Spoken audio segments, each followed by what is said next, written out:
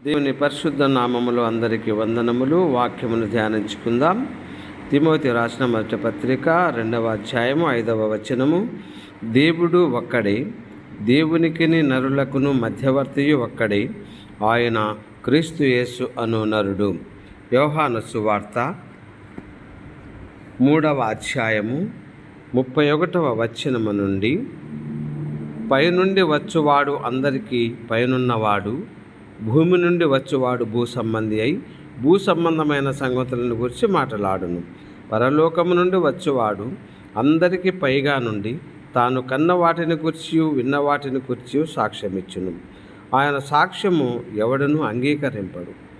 ఆయన సాక్ష్యము అంగీకరించిన వాడు దేవుడు సత్యవంతుడు అను మాటకు ముద్ర వేసి ఉన్నాడు. ఏలయనగా దేవుడు తాను పంపిన వానికి కొలత లేకుండా ఆత్మను అనుగ్రహించును కనుక ఆయన దేవుని మాటలే పలుకును.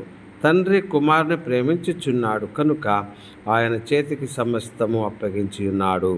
కుమారుని యందు విశ్వాసముంచువాడే నిత్య జీవము కలవాడు. కుమారునికి విధేయుడు కానివాడు జీవము చూడడు, కానీ దేవుని ఉగ్రత వాని మీద నిలిచి ఉండును. దేవుడి పరిశుద్ధ వాక్యమును దీవించునుగాక. ఆమేన్.